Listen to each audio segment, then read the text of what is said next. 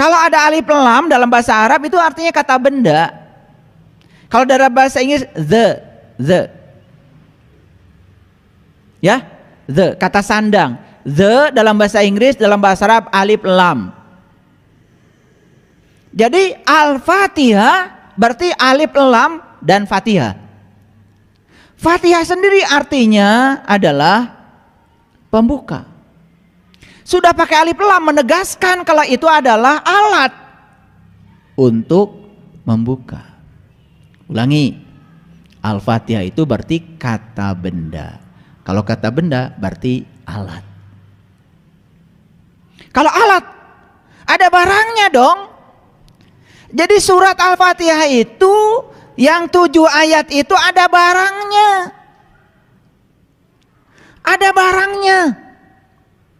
Nama barangnya adalah Al-Fatihah, kunci untuk membuka. Apa yang dibuka?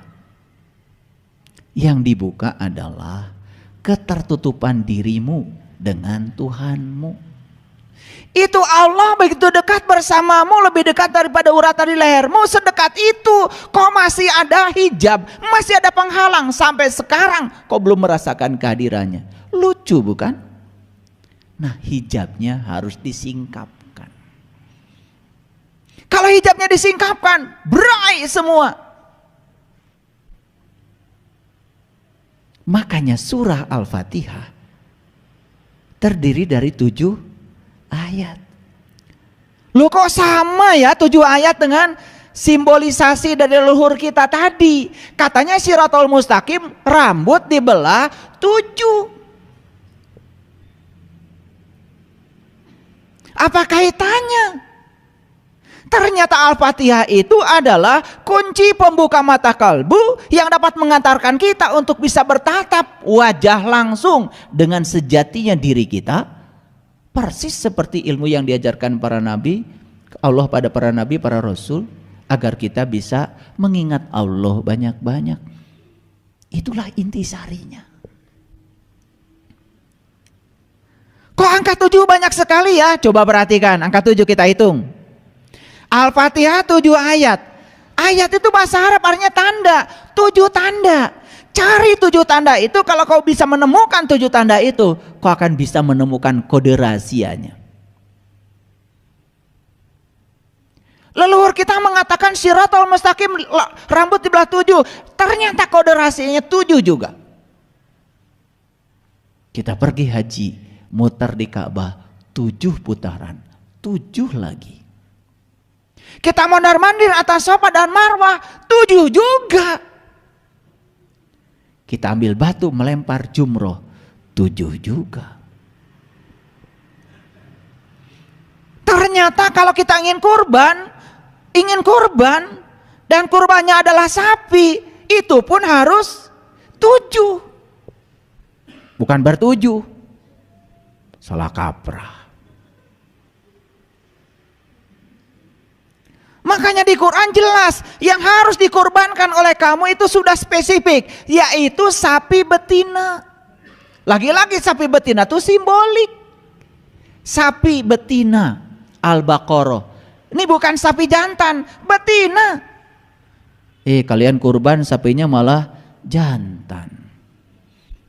Udah jelas kok di Quran. Ciri-ciri sapi betina itu 1, tidak muda, 2, tidak tua, pertengahan. Apa maknanya? Kalau kamu belajar meniti ke dalam diri, jangan nunggu tua, keburu budak. Muda aja udah budak. Jangan terlalu muda, karena apa? Terlalu muda belum bisa menyimpan kode rahasia, karena di situ ada kode rahasia yang harus disimpan. Itu maknanya. Pertengahan, ya, mumpung masih hidup. Apa ciri berikutnya? Ciri berikutnya apa? Tidak tua, tidak muda, pertengahan. Ciri berikutnya apa? Warnanya kuning, kuning tua. Ini malah hitam putih. Tapi kalau ngomong kayak yang bener, pedoman hidup saya Quran. Entar dulu, Quran tidak bilang sapi yang untuk kurban itu warnanya hitam putih, kuning, kuning tua warnanya. Ayo jujur. Quran yang bilang begitu. Kemana aja sih? Karena kamu bacanya Arab terus. Setelah itu ngikutin orang. Apa kata orang yang diikuti? Walaupun tidak jelas. Padahal itu adalah perumpamaan. Udah berapa cirinya? Tidak tua, tidak muda, pertengahan. 3. Kuning tua warnanya. Itu menceritakan spektrum kulit manusia.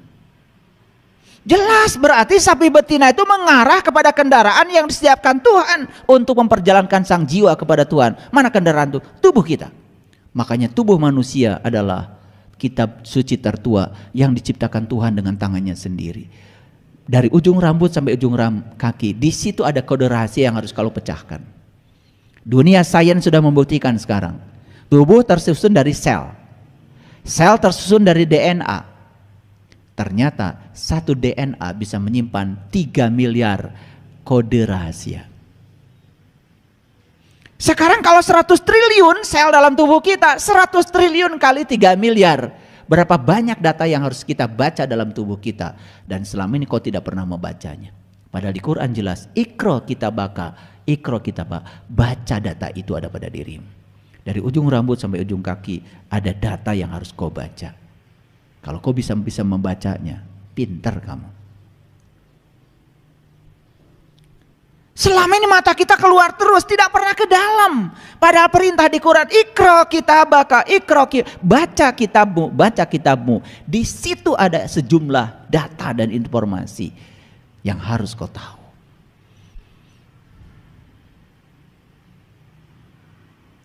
Oke? Kembali lagi pada Al-Fatihah tadi. Jadi Al-Fatihah artinya adalah pembuka. Kalau pembuka berarti kata benda. Kalau kata benda berarti alat dong. Betul? Lihat surat Al-Fatihah. Huruf pertamanya aja ba. Betul? Saya tanya, huruf pertama Al-Fatihah apa? Alif, Pak. Udah berapa tahun kau beragama? Saya nanya huruf pertama surat Al-Fatihah alif. Kalau huruf pertama hijaiyah ya alif. Kan pertanyaan saya huruf pertama surat Al-Fatihah apa? Ba. Dan ba itu titiknya kan di luar. Betul? Masih di luar. Nah ternyata ba itu bisa diartikan babun, pintu. Setiap pintu kan ada kuncinya. Nah kalau kalian lupa naruh kunci, repot. Sekarang kunci masuk rumah pun udah pakai kode, betul nggak? Iya. Masuk hotel sekarang nggak pakai cetrek, nggak gitu lagi, pakai kartu, ditempel, tak, gitu kan? Kenapa bisa begitu? Itu pakai barcode namanya. Jadi pakai barcode. Jadi si kartu itu kemudian dicas. Ketika dicas dia menggunakan sistem kuantum. Jadi itu frekuensinya sudah disesuaikan. Nah begitu tek gitu ke kamar itu bisa dibuka. Nah kartu lain yang bukan kamar kita gak bisa dibuka. Itu terkuantisasi, frekuensinya cuma 1. Itu satu kode rahasia. Itulah kenapa manusia harus belajar fisika kuantum. Kuantum dari kuanta itu terkuantisasi. Semua itu bersifat diskrit. 1 digit saja nomor telepon tidak mungkin WA bisa nyasar. Nggak usah khawatir karena semua sudah terkuantisasi. 1 frekuensi. Pusing kan? Udah supaya tidak pusing saya stop bicara itu. Nanti kalau saya bicara teknologi kalian nggak ngerti. Bicara Al-Fatihah aja udah pusing. Betul nggak? Nah jadi ba itu apa? Batu babun, tapi ba juga bisa berarti baitullah. Baitullah itu artinya rumah Tuhan, rumah Allah. Kan kita ingin jumpa dengan dia. Ya jelas dia sudah ngasih alamat kok. Langit dan bumi tidak akan cukup menampung zatku, tapi kalau punya orang yang beriman itulah rumahku. Nah supaya ba ini bisa dibuka, kita harus ketemu sin. Setelah ba kan sin. Keren banget tuh. Ini kalau saya kaji huruf per huruf sampai huruf nun, gak selesai 10 SKS kuliahnya. Gempor kalian, gak bisa berdiri lagi. Apa tuh sin? Loh kalian sering baca Salatullah salamullah ala toha rasulillah. Salatullah salamullah ala yasin habibillah. Sadar-sadar. Siapa sin itu? Siapa sin itu? Aduh, pengen nangis saya. Salatullah salamullah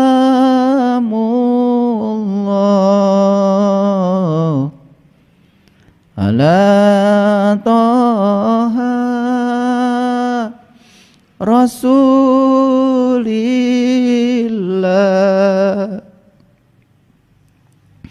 Salatullah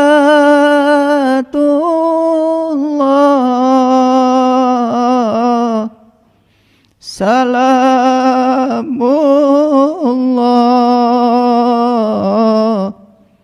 ala yasin habibillah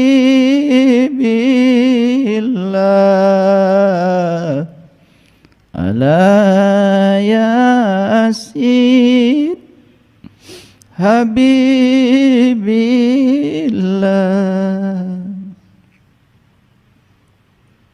Gak usah banyak-banyak bacanya. Kita minta kepada Allah, ya Allah sambungkan aku dengan Toha, sambungkan aku dengan Yasin, Siapa Yasin? Habibillah, orang yang sudah dicintai Allah. Siapa Yasin itu? Yasin itu adalah para rasul, para nabi. Itulah utusan Tuhan yang akan membantu kamu membuka kode rahasia tentang Mbak. Makanya Mbak ini tidak akan bisa dibuka kode rahasianya kalau kau belum ketemu dengan Sin. Begitu Mbak dibuka, begitu kodenya, aksesnya sudah kau dapatkan dari Sin, dari Toha. Berikutnya apa? Kau akan dapat Mim. Mim itu adalah ma'rifat, mengenal. Siapa yang kita kenal? Allah Ar-Rahman Ar-Rahim. Lengkaplah surat Bismillahirrahmanirrahim. Ba sin mim Allah Ar-Rahman Ar-Rahim. Sampailah pada dia. Sampailah pada sifatnya dia. Kenapa? Kalian tidak akan pernah merasakan hangatnya api kalau kalian tidak pernah menyentuhnya. Dan kalian tidak akan pernah merasakan sejuknya air kalau tidak pernah menyentuhnya. Kalian tidak akan pernah merasakan Allah dari tulisan Allah. Kalian tidak akan pernah merasakan Allah dari sebutan Allah. Kalian hanya akan bisa merasakan Allah dari Allahnya itu sendiri. Terus ya, begitu kita sudah buka kita sudah dapat kode rahasia dari Sin, kita sudah dapat Mim, kita sudah sampai kepada Allah Ar-Rahman Ar-Rahim. Sifatnya menjadi sifat kita. Kita sampai pada sumbernya cinta. Begitu kita sampai pada sumbernya cinta, maka kita mulai bisa mencintai. Berhenti kita ingin dicintai, berhenti merengek-rengek untuk diperhatikan orang. Karena apa? Alhamdulillahi Rabbil Alamin. Karena segala puji habis buatmu ya Allah.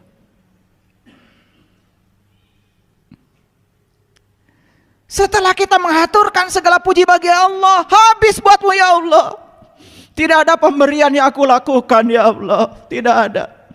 Karena aku hanya dipakai oleh Engkau menjadi magalantara untuk menjadi kepanjangan tanganmu untuk memberi kepada siapapun. Tidak ada orang yang aku tolong ya Allah. Tidak ada. Karena semua pertolongan darimu. Tanganku hanya digunakan Engkau untuk menolong mereka.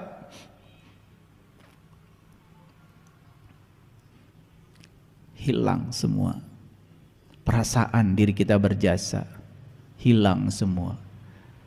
Disitulah kita bisa memasuki rasa Alhamdulillahi Rabbil Alamin. Karena Engkau adalah Rob. Engkau adalah keberadaan. Engkau adalah kehadiran. Kehadiranmu di setiap ruang dan waktu cukup membuat segala sesuatu itu terjadi. Tidak ada satu peristiwa pun di semesta tanpa kehadiranmu ya Allah. Tidak ada. Maka aku tidak bisa menolak apapun yang terjadi. Karena semua terjadi karena kehadiranmu. Semua terjadi karena ada keberadaanmu di belakangnya. Selesai. Baru kita mengucapkan kalimat yang kedua. Ar-Rahman, Ar-Rahim. The day with love. Start the day with love. Fill the day with love. Awalilah harimu dengan Rahman dan Rahim. Isilah harimu dengan Rahman dan Rahim. Awali pagi-pagimu dengan cinta kasih. Dan isilah hari-harimu dengan cinta kasih. Ketika bangun tidur, katakan pada dirimu, Tuhan, terima kasih atas hadiah kehidupan yang masih Engkau titipkan padaku. Jangan pernah ada satu orang pun yang berkurang kebahagiaannya ketika bertemu dengan aku. Jangan pernah ada orang yang terluka hatinya ketika bertemu dengan aku. Izinkan aku menjadi sumber cintamu. Izinkan aku menjadi sumber sukacitamu. Izinkan aku menjadi sumber kedamaian ya Allah. Kemanapun aku pergi, mereka mendapatkan kebahagiaan dengan kedatanganku. Start the day with love. Fill the day with love. Isilah hari-harimu dengan cinta. Hadiah dari cinta, hadiah dari mencintai adalah dicintai. Apa yang akan terjadi setelah itu? Kalian akan berkelimpahan. Kalau hari ini kalian makan pun masih susah. Kalau hari ini uang pun masih sulit datang. Kalau hari ini semua teman-teman baik menjauh dari kamu. Kalau kali ini orang tidak merindukan kamu. Tanyalah pada dirimu. Ada apa dengan diriku?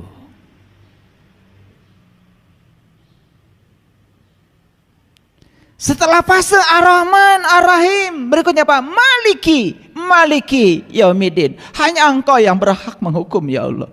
Hanya Engkau yang berhak menilai ya Allah. Kau akan terbebas dari kebiasaanmu menilai dan menghukum siapapun. Kau akan mulai bisa menerima semua orang apa adanya.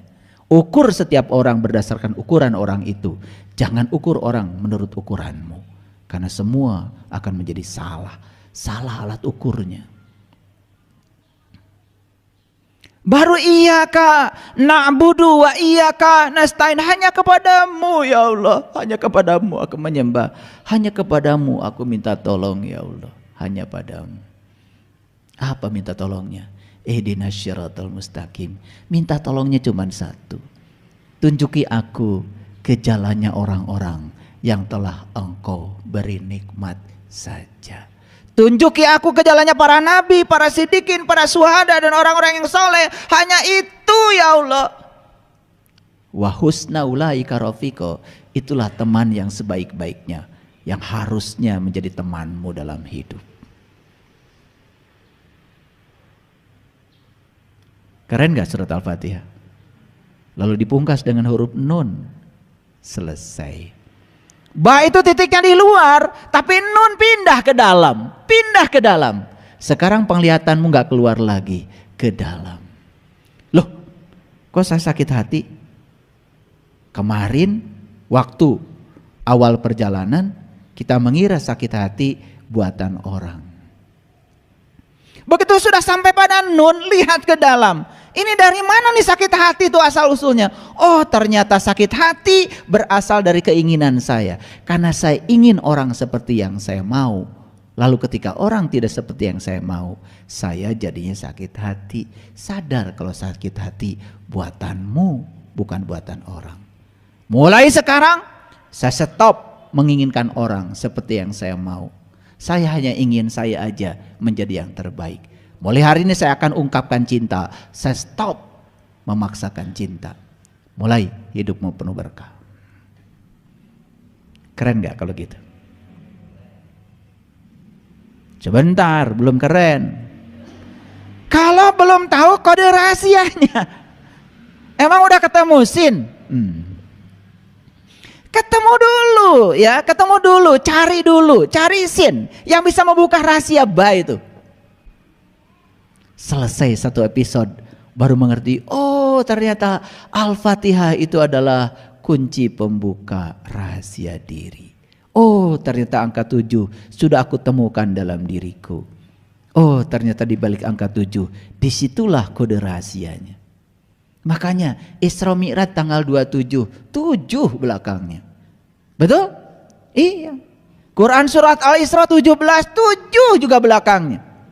Salat berjamaah 27, 7 juga belakangnya. Luar biasa ya. Kalian taunya jamaah itu kalau kalian ngumpul di masjid aja. Itu juga jamaah secara syariat, tidak salah. Tapi ada jamaah yang lebih keren lagi. Karena salat itu sebetulnya adalah jamaah. Jamaah antara dirimu dengan Allah. Jadi kalau ngumpul orang 1000 orang di masjid tiap hari tetapi tidak ngumpul bersama Allah, hakikatnya belum jamaah, baru jamaah secara syar'i. Terus ya, kaki, awas, kaki harus beradu, nanti supaya setan gak lewat. Setan itu lewatnya bukan lewat kakimu, apalagi roromehen. Sionen. Setan itu lewat sini. Setan itu pikiran gelapmu. Saat kamu sudah memutuskan nanti malam akan tahajud, kemudian nanti malam sudah bangun, alarm sudah bunyi, kemudian tanganmu kan yang menyetop alarm. Tangan siapa itu?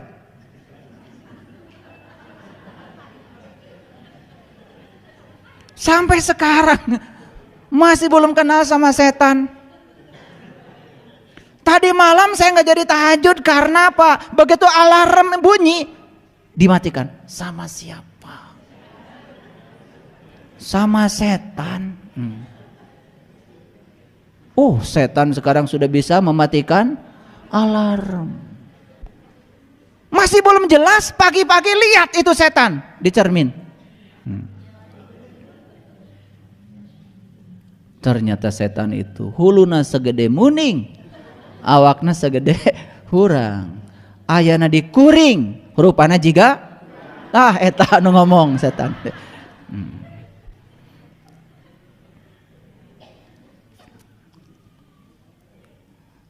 Lanjut. Setelah selesai satu episode, terbuka tuh Al-Fatihah, masuk alif lam mim. Luar biasa. Itu kode lagi, kode rahasia lagi. Kalau belum terbuka Al-Fatihah nggak ngerti alif lam mim, nggak ngerti. Kalau bagi saya secara pribadi, saya melihat alif lam mim tuh alifnya Allah, lamnya la ilaha illallah, mimnya Muhammadur Rasulullah. Bagi saya alif lam mim itu adalah syahadat sejati.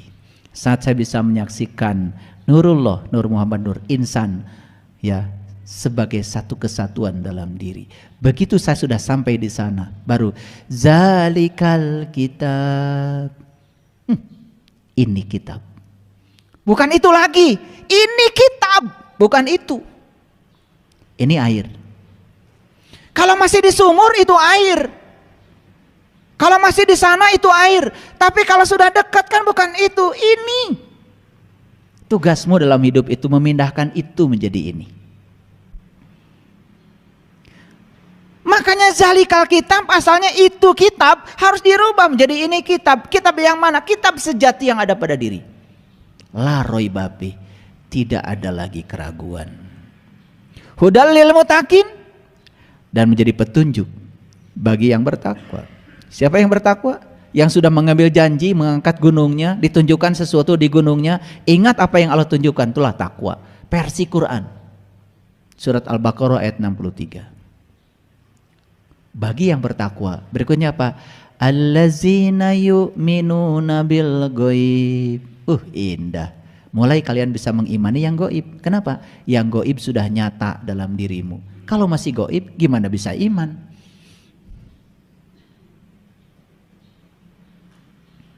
Allazina yu'minuna bil ghaibi wa yuqimunas shalah.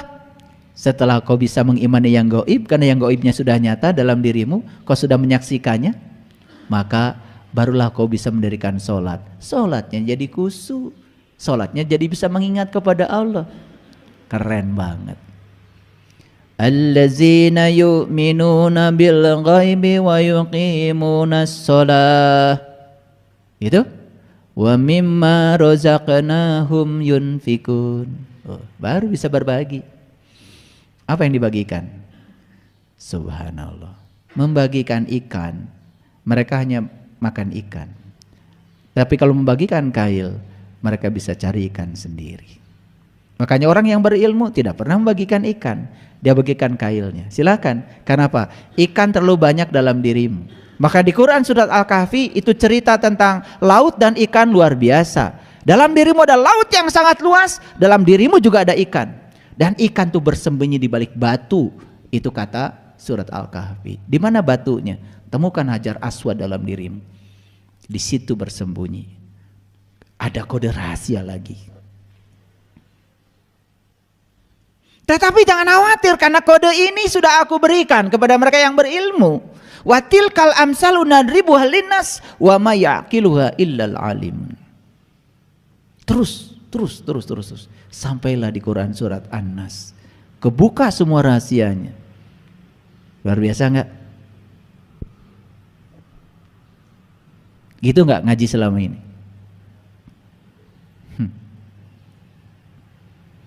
Terlalu sibuk memperbaiki makhraj.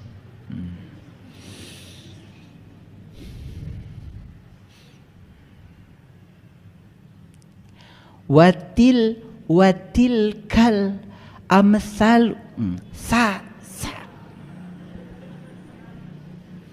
Naon teh hartosna? Teuing.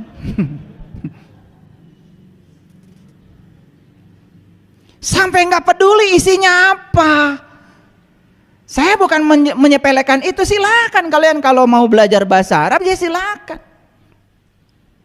Tapi jangan kalau sudah selesai membacanya benar sesuai mahrajnya, jangan merasa sudah selesai. Pesannya apa? Ini surat loh, surat itu ada pesan di dalamnya. Makanya Quran itu berbeda dengan kitab suci yang lain. Di kitab suci yang lain adanya pasal, ayat. Di Quran itu surat loh ini. Gak ngerti-ngerti dari dulu. Surat itu untuk dibaca dan dipahami isinya apa. Kan gitu ya. Baca terus. Surat dari siapa, Bu? Anak saya. Di mana anak ibu? Di Rusia. Jadi bahasanya apa? Rusia dong. Kirim surat sama ibu. Iya. Senang ibu. Senang luar biasa. Surat dari anak. Udah dibaca? Sudah. Berapa kali? 1000 kali. Ngerti isinya, Bu? Teuing. Isinya naon? Padahal beritanya anaknya kecelakaan di Rusia karena nggak bisa baca, bungah we. Dasar. Paham maksud saya? Oke. Banyak kalau gitu kode rahasia harus dibuka. Nah sekarang saya mau kasih tahu. Orang bisa baca DNA, ada kodenya? Ada. Sekarang ya di pemerintah ada khusus lembaga forensik yang menggunakan alat-alat yang canggih untuk membaca kode rahasia DNA. Apakah si A dengan si B ini satu keturunan atau tidak? Makanya kecelakaan pesawat kan yang diperiksa bukan korbannya, yang diperiksa ini adalah keluarganya. Supaya apa? Supaya nanti ketahuan ini kaki siapa, ini tangan siapa. Karena sudah berantakan gak dikenali lagi. Tapi bisa digabungkan, ini kaki siapa, tangan siapa, bisa. Hanya dengan cara membaca kode DNA-nya. Ada kode rahasianya.